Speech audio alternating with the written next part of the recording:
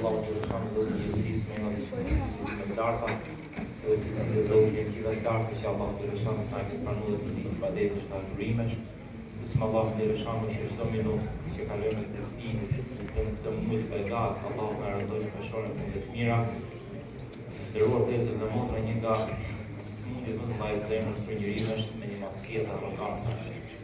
Pejgamberi alayhis salam e ka provizuar në formë më të bukur menjëmasinë. Ka thënë pejgamberi alayhis salam menjëmasia është refuzimi i vërtetës dhe përshkrimi i njerëzve. Që do thotë, ai që është menjëmas nuk e pranon të vërtetën. Edhe pse është i bindur që është e vërtetë. Edhe ana tjetër është që i përshmon njerëzit, i ofendon njerëzit, i ul njerëzit.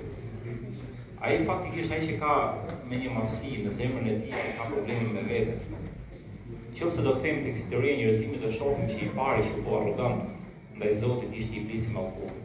Dhe Allahu xhaleshanu për shkak të menjëmasisë dhe arrogancës e futi në xhehenem përgjithmonë. Prandaj Zoti na ruaj, një punë që shoqërohet me menjëmasi, me arrogancë, është një punë e shkuar kot.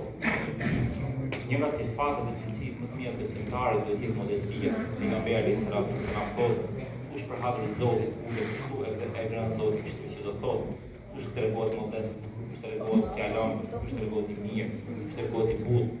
Allahu xhaleshanu lartëson atë njerëz dhe e du zemrat e njerëzve. Mendjemadhe, gjithë ditën po të bëjmë mendjemadhe punë të mira, nuk e du zemrat e njerëzve. Pse? Sepse Allahu xhaleshanu ka bërë që arroganca dhe menjëmasia ta urrejnë zemrat e njerëzve. Prandaj lutemi Allahu xhaleshanu ta bëjë njerëz modest, njerëz të punës, njerëz të hajrit, njerëz që sado që bëjnë punë të mirë nuk e lëm qefit. Zoti na ruaj shumë e keqe dhe shumë vrasëse për zemrën dhe për njeriu dhe për besimtarët dhe këtu vetëm qef. Falesh në Ramazan dhe duke vënë spreh fitur xhenetit. Ka dhënë Zoti pasurinë jetë dhe nga pasuria jote thu për Zotin si çapo si njeri. Po punë të mirë do jesh unë jam i shpëtuar. Prandaj lutemi Allahu xhaleshon ta bëj modest, ta bëj Zoti njerëz të cilët çdo punë që bëjnë, çdo adhurim që bëjnë, të dedikojnë mirësi Zotit dhe jo vetes tyre. Sepse mua atëherë kur ja dedikojmë adhurimin dhe punën e mirë vetes tonë, mua atëherë kemi betejë me veten tonë dhe kemi humbur betejën me shejtanin në mall. Prandaj Zoti na bof njerëz të mirë, njerëz të punës, njerëz të hajrit, njerëz që na shohin hajrin. Familja jonë, shoqëria jonë, dhe i lutemi Allahu xhaleshanu ta mësoj Zoti që jemi të mirë, vdesim të mirë deri në ditën e gjykimit. Alhamdulillah.